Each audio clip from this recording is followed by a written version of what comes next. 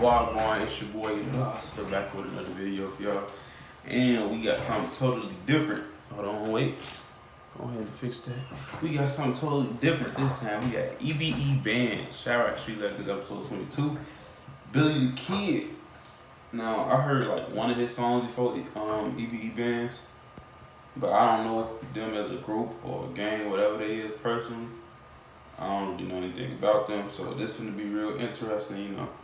Cause like I say, it's people in Chiraq I don't know nothing about, like literally.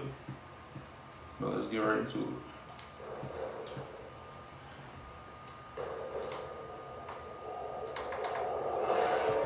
I had somebody comment, I think it's one of my subs, they comment and say, cause I said something about his intros, they talk about his intro is sick. Now that I like go back and look at the intro, cause I was just looking at intros and shit for the ones I was watching.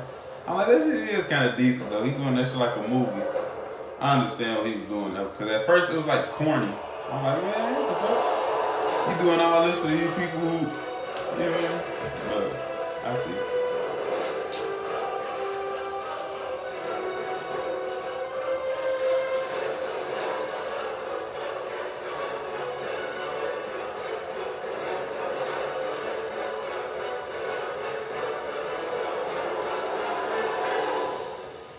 In his intro, he put Billy the D.A. Kid.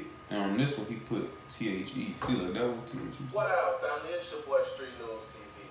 Back at y'all with another Chiraq Street Legends. This episode is going to be about none other than EBE Bandz. Damn. G. Really give a fuck what he say or she say. Stuff a brick in the winter like freeway. Moving them, sell it all on eBay. And then we do it again, so and if you want it, we got it with no delay. But I'm on a real clock, very late. I keep 22 shots like C-Bay. Ain't got a that to go do whatever the team say. AKA Billy the Kid.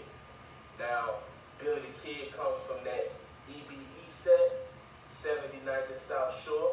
Clicked up with another set that goes by the name of GME. They're on 87th and Burley. They're clicked up. They are a set of Titanic stones and also black pea stones. Now, EBE Bandz. I think that what's so amazing about this guy's story right here is that he's actually a Chiraq street legend, for one, because he's the only white guy, only thorough white guy from Chicago that's in the drill scene and it has been in the drill scene. Now, a lot of people might say, well, you know, Slim Jesus was doing his thing. But the thing about Slim Jesus is, for one, Slim Jesus was not really about that. And for two, Slim Jesus is not from Chicago. So, you know, those are two big differences. You forgetting about White Boy though. White Boy was out there.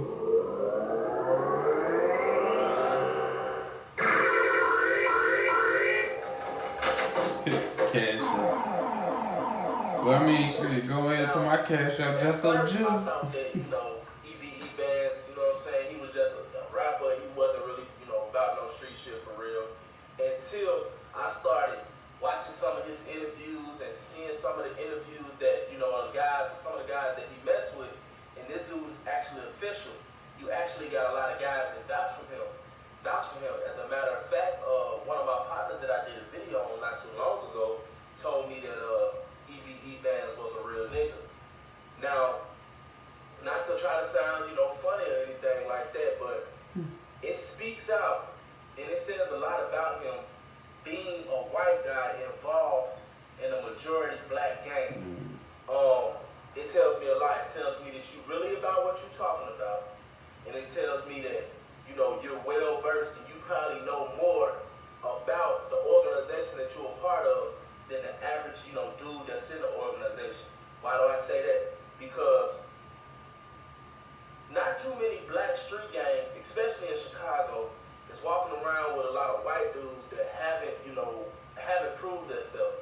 Now, it would be different if you looked at EBE Bandz and you said, well, EBE Bandz, he got that check, you know what I'm saying?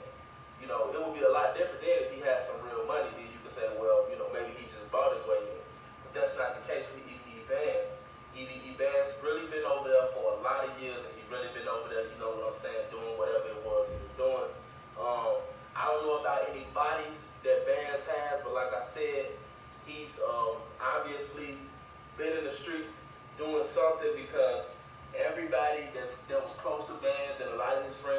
people that he dealt with and that really knew Bandz, you know, they vouched for Bandz, said that, you know, Bandz was a, you know, he was a good nigga and he was a real street dude. Okay, so before Bandz died, Bandz was actually, you know, he had slowed down with the music, but he was cranking back up. I think a couple of years ago, he was more consistent. He was doing his thing, you know, saying a lot more when it came to the music. And I think that eventually, you know, the tediousness and the strife and the struggle of being a unsigned independent artist and having to go through the process of paying $2,500, anywhere from $2,500 to $5,000, you know, in order to record a song, shoot a video, you know, wardrobe and all of that stuff. A good video, a nice, reasonable video, you're probably gonna come out about $5,000. Not to mention, you have to have this song registered. You have to have all type of IPC codes, and you know, it's a lot to it. It definitely has to be registered with BMI ASCAP, and that's if you want to get paid. Also, not to mention copyrights, but that's just for one song. So you could just imagine like what some artists go through when it comes to being, you know, able to actually promote and market themselves financially. A lot of artists just don't got that, and this is what leads a lot of artists back to the streets. You know, after you spend so much time spending all of your money and paying for promotion and nothing still ain't shaking, it's like you get to a point where it's like, well, is it me? Or, you know, is it something that I'm doing wrong? Is my music not really as good as I think it is? And you begin to doubt yourself. And as you begin to doubt yourself, you begin to kind of slowly give up.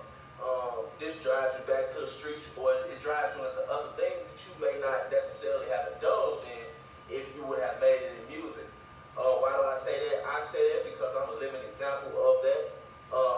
Rapping for so long, and, you know, still not being able to succeed in that field. So I ended up switching to another field, which was this right here, blogging. I mean, I did do 8 years in prison, but still, it's like, after you rap for so long and you seeing, you know, people that just came out yesterday and getting deals, and it's like, damn, what am I doing wrong? You see what I'm saying? So you begin to think like, damn, maybe this just not for me. And I think that's kind of what happened to EBE Bandz. I felt like his momentum kind of got slowed down. Dealing with EBE Bandz death. According to rumors, EBE Bandz owed some guys some money. EBE Bandz supposedly had got a half a pound of heroin from some guys on consignment. And EBE Bandz, according to rumor, never came back and, you know, paid, you know, the plug. This was supposed to be like a, you know, ran off on the plug type shit, so on supplies type shit. And according to rumors, these guys got up with EBE Bandz, and the guys ended up killing EBE Bandz. A real dreadful scene. I think they burned his body up, left him in the trunk and all type of stuff.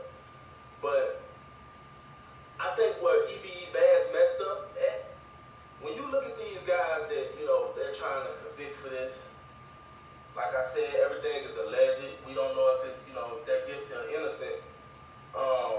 When you look at these guys, these don't look like no tough guys. You see what I'm saying? You know, they look like they kind of like geeks. So looks can be deceived. You know, if this what did happen, EBE Bandz, I'm pretty sure he was looking at these guys like, oh, this is sweet. You see what I'm saying? Like, you know, I ain't never gonna get this back. And the way that EBE Bandz thought, I figured that just maybe, you know, that may have been his thought, because you gotta think about it. EBE Bandz was a white guy, but he, you know, deep down inside, he was, you know what I'm saying, he's really a black man. So, you know, he had adopted some of the thoughts and the ways of us. You see what I'm saying? That's how we think. We think, you know, a lot of times when we see something that we feel like sweet, we gonna try to expose it. We gonna try to, you know, do everything we can to, you know, juice it until, you know, we burn that bridge and that bridge just ain't there no more. I mean, that's just what niggas do. And like I said, according to rumor, that's what supposedly had happened. They did EBE Bandz very bad, man. You know, whatever happened. I think they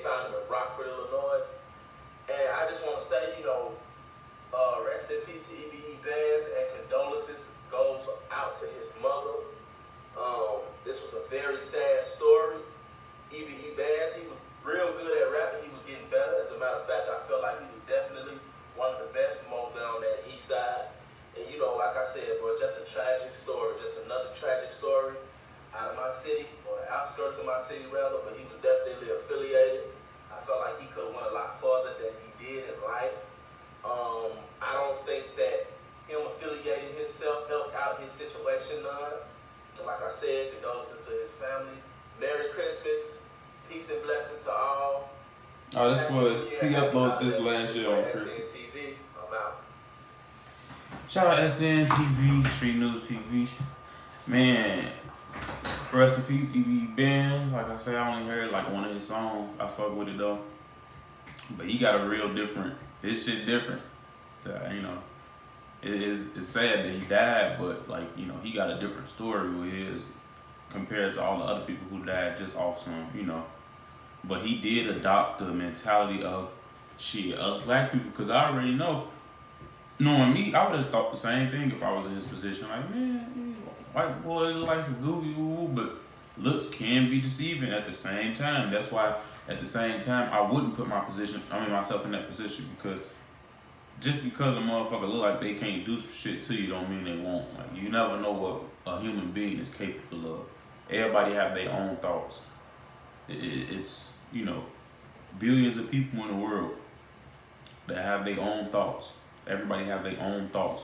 Or even if some people think alike, that's just gonna probably be on certain situations. You never know what another person could be thinking in different situations.